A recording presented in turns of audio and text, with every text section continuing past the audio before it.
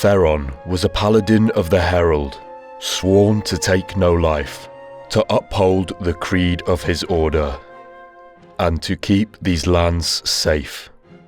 Even with the corruption whispering deep in his mind, he maintained these values with a strength of will girded by devotion to his god.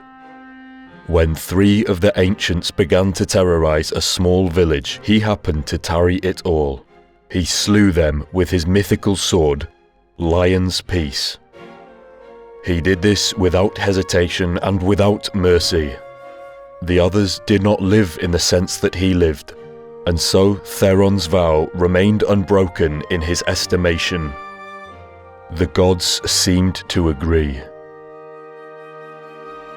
Theron charged at the front lines, head down, behind his shield, and felt the bone-shaking impacts of their missiles, and the heat of their sick green flames.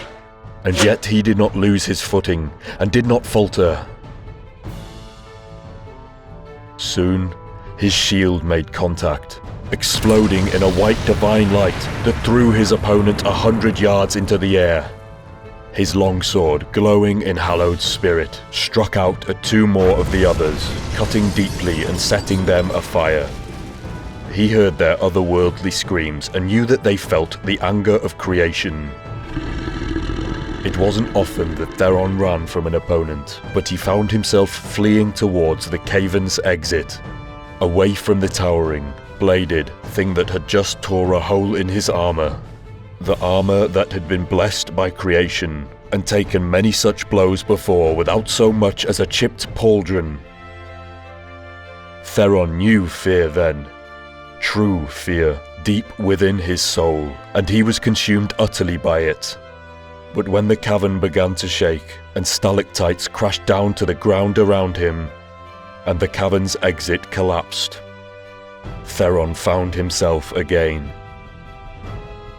He turned slowly, readied his weapon in a defensive stance, and found faith in himself once more.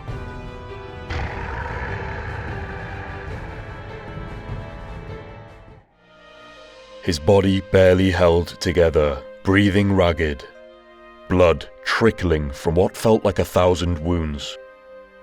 Theron dragged himself to the edge of the town. The guards, having caught sight of him, rushed to Theron's side and helped him the rest of the way. They called for help and requisitioned a bed from the nearest freehold.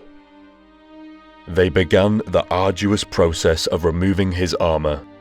It had been bent, and rent and pieces of it seemed almost fused to his flesh.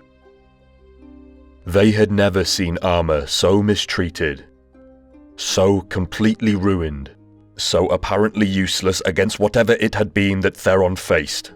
Yet somehow, this man was alive, and they would do what they could do to keep him that way.